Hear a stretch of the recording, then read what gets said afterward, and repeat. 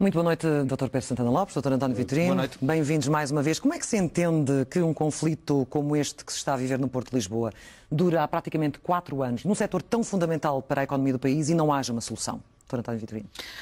Olha, este é um setor muito particular e estamos a assistir a uma luta pelo poder dentro de uma área muito sensível e nevrálgica para a economia nacional. De um lado, há um forte movimento sindical que aspira a ter funções de controlo sobre o acesso ao mercado de trabalho, uma espécie de condicionamento no acesso ao mercado de trabalho. Do outro lado, um conjunto de operadores que pretendem rentabilizar a sua operação através, neste momento, de extremar posições e de um despedimento coletivo. É um setor, aliás, muito opaco quanto ao seu funcionamento e quanto às suas regras de funcionamento. Mas, na prática, o que significa é que esta é uma prolongada guerra de posições entre os dois setores sociais.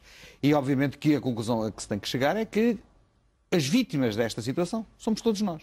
Porque o setor portuário é um setor fundamental para a vida económica do país, para as nossas exportações, mas também para o funcionamento, por exemplo, das regiões autónomas. Hoje a SIC apresentou duas reportagens que não podem deixar ninguém indiferente. O esgotamento do estoque de medicamentos na Madeira, que só foi superado através de uma missão específica da Força Aérea, e a situação, por exemplo, da região autónoma dos Açores, que é extremamente dependente do abastecimento por via marítima. Ou seja, os serviços mínimos não chegam. Os serviços mínimos não chegam e mais.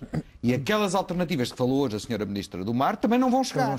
Porque a capacidade, felizmente, dos portos de Sines, de Aveiro e de Leixões têm uma pequena folga, mas é uma pequena folga. E, portanto, a única forma é de repor as condições de funcionamento efetiva do Porto de Lisboa. É, de facto, uma guerra pelo poder, não é apenas uma questão por questões, uma guerra por questões laborais, melhores questões laborais, contra a precariedade, como ouvimos, Pedro Santana Lopes. Sim, mas essa guerra pelo poder, na prática e pelo condicionamento, como dizia António Vitorino, no acesso ao mercado, ao trabalho, no Porto de Lisboa, depois tem reflexos económicos e nas condições dos profissionais do setor.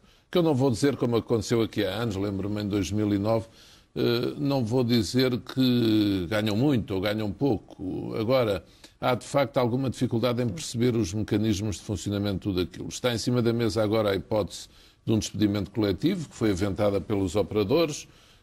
Que admitem uma posição de recuo se houver acordo ainda esta semana. Sim, exatamente. E, portanto, pelo seu lado, admitiram a hipótese da extinção também da empresa, que recorrem para o trabalho portuário. Foi aceito pelos sindicatos, mas depois os sindicatos disseram acrescentar algumas exigências em matéria de tabelas salariais e de outras regras. Portanto, há aqui um bloqueio que dura há tempo demais, com matérias que são conhecidas há tempo demais por ambas as partes, e é de facto difícil de perceber sempre porque é que não se reúnem aqui condições para existir uma requisição civil, porque é que não existem aqui mais condições para haver, antes disso, um sentar à mesa com uma negociação sem prazo até se chegar a uma solução, porque isto provoca, de facto, rombos na economia portuguesa muito significativos. Há quem fale em 300 mil euros por dia, a Ministra falou em 100 mil, mas são milhões de euros que já estão aqui produzidos em termos de prejuízos e com desvios cada vez mais até para portos de Espanha, como foi o exemplo da empresa com a cerveja do Governo de Castelo, foi para Vigo, não é? E daí os danos irreversíveis de que há quem fala. A nova presidente do Porto de Lisboa, Lídia Sequeira, uma mulher, uma boa gestora, reconhecida enquanto tal, ela já veio dizer que o sindicato não pode continuar a mandar no Porto de Lisboa. Acha que ela conseguirá atingir uma solução, que também é conhecida por ter essa capacidade de diálogo? É verdade que ela é uma pessoa não só muito experiente e sabedora, como conhecedora do setor, porque tem uma longa carreira no setor e, portanto, se alguém conhece bem os cantos da casa é a doutora Lídia Sequeira. Agora, eu acho que o Governo hoje avançou com verdadeiramente a ameaça mais pesada, que é a revisão das concessões. A renegociação ou a revisão das concessões. Porque eu não posso admitir como cidadão, que as alternativas sejam entre trabalho precário ou despedimento coletivo. Isso não é esse o mundo em que vivemos e as alternativas não podem ser só essas. Agora, há uma coisa que é evidente. Nós não podemos reconhecer, e está para além das funções dos sindicatos, que sejam eles e através deles que condicionam o acesso ao mercado de trabalho. Isso não existe em nenhum país, nem em nenhuma economia de mercado. A fazer aplanamento os navios, segundo julgo saber, não é? Portanto, há aqui uma série de funções que os sindicatos reivindicam para si E que não estão cabem. fora daquilo que a lei prevê, normalmente, no Estado Social mais avançado, e que leva a que a área portuária seja, na prática, uma ilha à parte, em certas matérias, no Estado Democrático de Direito. E, portanto, de facto, o regime em que a concessão está a vigorar é esdrúxulo, é fora do comum, é inaceitável mesmo até certo ponto. Falava... Há responsabilidades são dos operadores, outras são dos trabalhadores. Falava há pouco de uma eventual requisição civil. Hoje alguém perguntava se aqui não há motivos para avançar com uma requisição civil. Que outras circunstâncias é que poderia haver? Ouvimos também críticas do anterior Primeiro-Ministro, Pedro Passos Coelho, também da líder do CDS. Isto não é uma questão só deste governo. O anterior governo também não teve muita margem de manobra para conseguir acordos, porque esta luta já dura há praticamente 4 anos, António Vitorino. Bom, abrangeu o anterior governo alterou algumas das regras legislativas em 2011, se não me engano, ou em 12, mas não resolveu. resolveu. Mas pelos vistos não resolveu. Eu acho que é bom que as partes, de um lado e do outro, ponderem bem o que são os impactos sobre os seus interesses destas situações de conflito prolongado.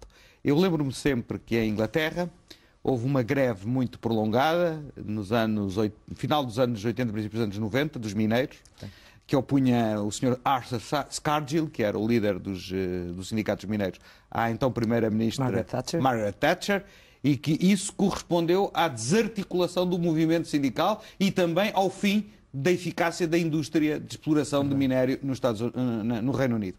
Portanto, eu acho que todos seriam avisados se parassem um momento para pensar e percebessem que, tendo esticado tanta corda durante tanto tempo, o prolongamento desta situação de crise começa a virar a opinião pública contra um setor que faz um claro abuso de uma posição dominante. E isso já se nota, nomeadamente nas redes sociais também, essa posição contra, Sim. Nomeadamente os E trabalhadores. agora a Clara referiu o PS e o CDS, depois temos o PC e o Bloco também a querer Precisamente, e isto pode ser uma reverter. pedra no sapato da chamada geringonça, nas palavras da direita, com os partidos que dão apoio ao PS, ao Governo, no O PS, Parlamento. naturalmente, é o Tem Governo. posições diferentes. Tem posição diferente, tem que resolver a situação. O PC e o Bloco colocam-se do lado dos trabalhadores e querem mudar, reverter a lei do trabalho portuário, que foi, de facto, mudada pelo anterior Governo de 2012 a 2013. E, portanto, é difícil para o Governo, pode colocar alguns paus na engrenagem, mas eu julgo que se há matéria com interesse para a economia nacional em que se justifica uma forte articulação entre Governo, a oposição se possível, mas o Presidente da República, o Presidente que tem ocorrido em tantas situações, desde que tomou posse, julgo que aqui será especialmente bem-vindo se quer, de facto, desempenhar funções de alguma arbitragem e mediação na sociedade portuguesa. Sim. Que deve servir para as ocasiões mais difíceis, nomeadamente. E aqui é um desses casos manifestamente. E já vamos falar dele, E mas... sem nenhuma rasteira. É para isso também que há Presidente, não é? Eu próprio o tenho demonstrado. Mas eu gostaria também de perguntar ao António Vitorino, antes de passarmos ao próximo tema, até que ponto é que esta situação pode afetar negativamente os acordos? Bom, esta questão está fora dos acordos, mas obviamente que há aqui uma dissonância. Mas o clima entre ambos, há não uma é? dissonância, Entre isto é, vendo as declarações hoje do secretário-geral do Partido Comunista e da líder do Bloco de Esquerda e o que disse a Ministra do Mar, são dois mundos separados. Digamos que o Governo teve a preocupação de não deixar de fora das responsabilidades também os operadores e, portanto, a ameaça da renegociação das concessões tanto se dirige ao abuso de posição dominante dos trabalhadores, do sindicato sobretudo, como se dirige em relação aos próprios operadores, dizendo que, ao esticarem a corda com a ameaça do despedimento coletivo, também estão a dificultar a possibilidade de voltar à mesa das negociações e não haverá solução que não passe pela mesa das negociações, porque eu devo-lhe confessar que tenho dúvidas sobre a eficácia de uma requisição civil. O pior que nos poderia acontecer nesta crise é ainda ter uma requisição civil mal sucedida e mal aplicada na prática, dada a especificidade do setor, é preciso conhecer muito bem o que é o terreno que se está a pisar. Este argumento é normalmente enfocado, mas a mim custa-me um pouco a aceitar. E legislação específica para o setor? Também se fala disso. Sim, porque na prática parece que há aqui uma ilha onde o Estado não pode agir, está a ver? Eles acordam, ou então pondo fim à concessão, encontrando outro concessionário, mas de facto aplicar a lei da requisição civil, ela não poder ser aplicada a um setor específico, é um argumento difícil de aceitar, mas... Não, pode ser aplicada. O que eu tenho dúvidas é sobre a eficácia. Mas, sim, eu percebo e compreendo as dificuldades de ser plenamente eficaz. mas que não podemos continuar neste marasmo altamente prejudicial. Marasmo, quer dizer, é uma maneira de dizer, neste impasse, isso de todo em todo. Não pode. Ficou hoje claro, Pedro Santana Lopes, que António Costa tem carta branca de Belém até outubro de 2017. Vivemos num tempo original, sem dúvida nenhuma. Agora temos o Presidente da República, que tive o gosto de encontrar na final da Taça no domingo e que vi mais uma vez estar em grande forma, até no modo como confortou os jogadores do Porto e foi impávido e sereno perante o seu clube de estimação, o Sporting de Braga, mostrando que não é parcial a favor de ninguém, mas... É uma carta branca. É uma originalidade, dizer assim, eu até às autárquicas não faço nada. Depois das autárquicas não garanto, logo se verá. Logo se vê. Pronto, mas hoje em dia ninguém leva a mal. Aquilo que antes se levava muito a mal, não é? Se um presidente antes dissesse... Eu estou a ver Cavaco Silva, já não digo Jorge Sampaio, que já lá vai longe, dissesse, olha, eu agora não faço nada, mas para o ano depois se calhar a coisa muda. Mas António Costa, a relação boa entre Marcelo e António Costa está para além disso tudo e principalmente ambos conhecem os interesses um do outro. E António Costa sabe, pronto, que Marcelo o que está a dizer é verdade, dentro da sua, talvez, alguma ingenuidade, ou seja, ele está a dizer a verdade. Ele até 2017 não vai fazer nada. E confessa, qual comentador televisivo, ele está a dizer, atenção, que o Presidente, depois das autárquicas de 2017, pode fazer alguma coisa. Não tenham dúvidas. Está a ver? E, portanto, António Costa sabe que é assim, eu estou convencido, e por isso jogará com isso. Então isto significa que vai promulgar as 35 horas sobre as quais tem dúvidas da oportunidade da medida, que vai promulgar, vai aceitar também as barrigas de aluguer e por aí fora, mesmo tudo aquilo com que não concorda ou com que tem dúvidas. António Pode ser tivesse que dar porque ele ainda aparece aqui no estúdio a dizer que não, que ele aparece em todo lado. Mas é isso que se subentende quando ele diz não tenham dúvidas? Não, eu aconselharia ao Dr. António Costa a achar que a carta não é assim também tão branca quanto isso. Até porque o Presidente da República tem sempre que manter a capacidade de se dirigir àquilo que é o seu eleitorado natural, que não é exatamente o eleitorado deste governo, é o eleitorado mais do centro-direita. E, portanto, eu até admito que o Presidente da República, num desses casos, possa fazer uma gracinha de marcar o terreno para mostrar exatamente essa sua isenção. Eu também estou de acordo com o Pedro. Só ver o Presidente mais imprevisível, apesar dele querer mostrar que não o será? Bom, eu acho que o grande problema que o professor Marcelo Rebelo de Sousa teve na campanha foi ser acusado pelos outros de ser imprevisível. E, portanto, neste momento ele esforça-se, e esta declaração hoje tem que ser entendida nesse sentido, de sublinhar o seu apego à estabilidade.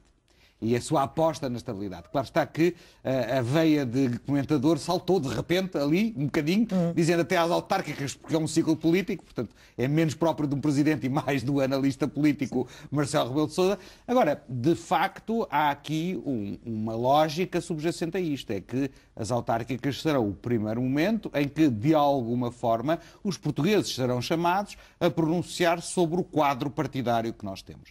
E, portanto, em todas as eleições autárquicas, em todos os ciclos políticos, as eleições autárquicas, que são eleições intercalares, nunca são isentas de uma leitura nacional. E, portanto, de alguma forma, o Presidente da República o que fez foi chamar a atenção para algo que é natural. É que em 2017, no outono de 2017, haverá um momento de chamada à pedra de todos os protagonistas políticos. Porque isso tanto vale para quem está no governo, como vale para quem está na oposição. Leia-se. Saber se a oposição tem condições para ser uma alternativa. Aliás, foi muito interessante ouvir o Presidente há bocado aqui a dizer, isto os analistas e comentadores falam todos os dias, eu estava a ouvir e os Presidentes também, não é? Disse aqui baixinho. Até a propósito dos mercados.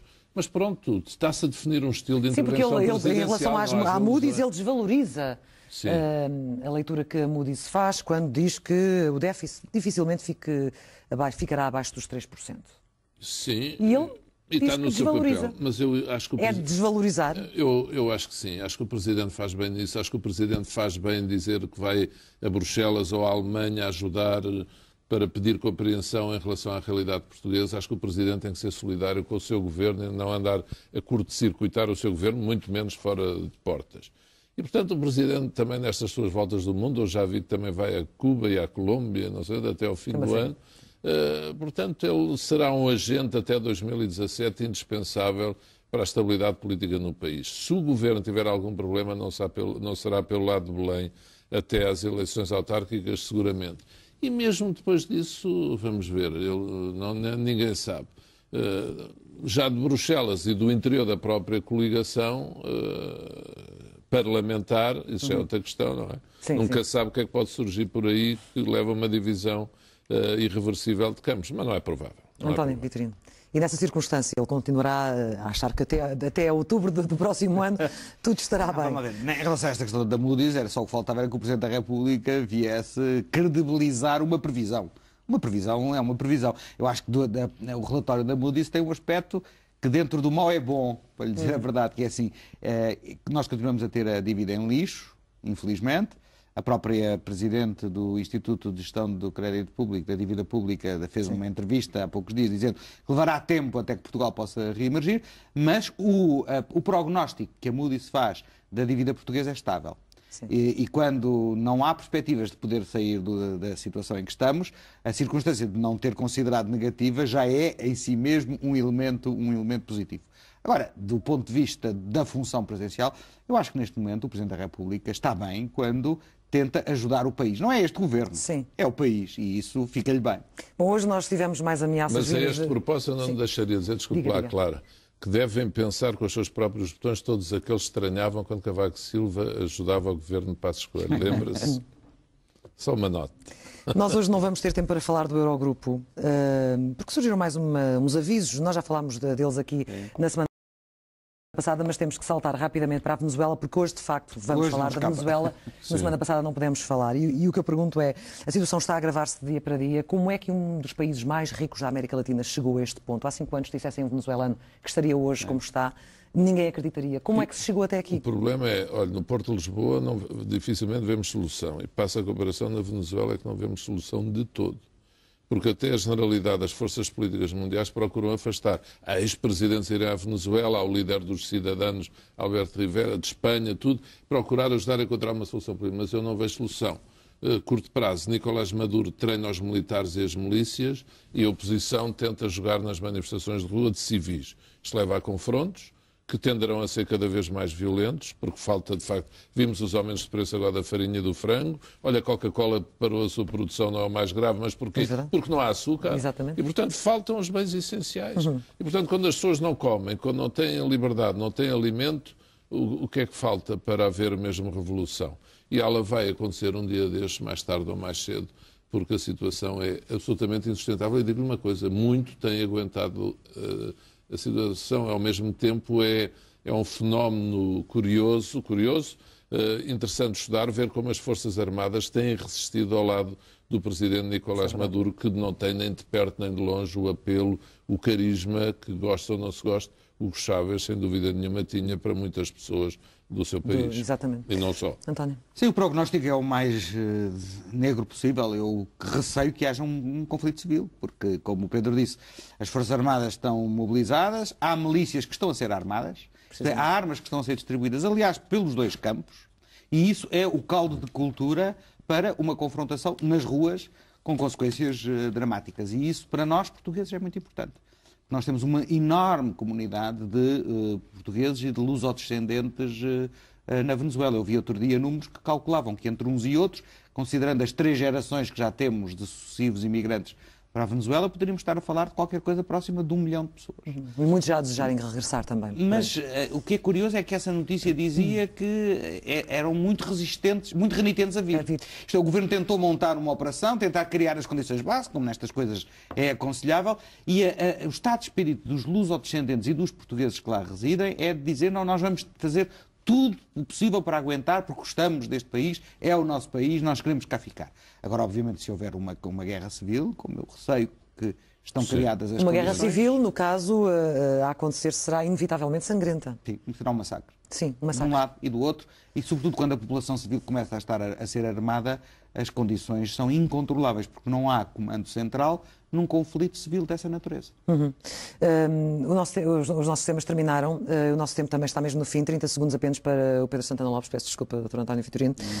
Não se preocupe, eu não vou candidatar à Câmara de Lisboa. Não, mas é porque eu entrevistei-o aqui há um mês e meio, e gostaria de saber era até que ponto é que houve algum tipo de evolução entre aquilo que me disse na altura há um mês e meio e aquilo que hoje saiu na imprensa. A única frase que eu disse foi: nunca sabemos o que a vida nos traz, e mantenho. Disse: olha, estou a apresentar o relatório e contas, o quinto na Santa Casa, espero apresentar o 8º daqui a 3 anos em relação a 2018. Espero apresentar para o ano as contas da Santa Casa. Não tenho tido tempo a pensar, nem programar, nem projetar nada desses assuntos, nada. E, portanto, a minha posição é a mesma. Mas há uma intenção de dar visibilidade a essa possibilidade, ou não? Mas não sou eu não falei, não pedi para falar no assunto. Os seus colegas estavam lá na conferência de imprensa hoje, um deles, da Antena 1, pôs-me uma pergunta. Eu perguntei: e você tem certeza se para o ano vai para a Renascença ou para a TSF? E ele riu-se. É a posição de nós todos na vida. A minha intenção é cumprir o mandato que tenho na Santa Casa. Agora, nenhum de nós sabe o que é que a vida nos traz, não é? É assim a vida. Portanto, não houve evolução nenhuma, tudo, não vou dizer em inglês, que enervam-se, tudo calmo, tudo calmo. O programa está salvo. Vamos continuar a ver. Sim, para mais uns anos. Eu disse, já em 2013, eu entrei na música em 2011, e que eu se calhar ia ser candidato em Lisboa. Olha, é bom sinal, é sinal que, pronto, cá estamos e continuamos aí prontos para todo o serviço. Mas não, estou bem, calmo como estou, a minha vida profissional privada e na misericórdia. O resto é uma honra, já fui candidato em 2001, estamos em 2016, é sinal que continuamos jovens. O resto, como diz o Presidente, a ver vamos. Hã? Quando lá chegarmos a ver vamos, como diz o Presidente. Sim, como diz o Presidente, depois logo se vê. Pedro Santana Lopes e António Vitorino, muito obrigado. Até à próxima terça-feira e agora de regresso à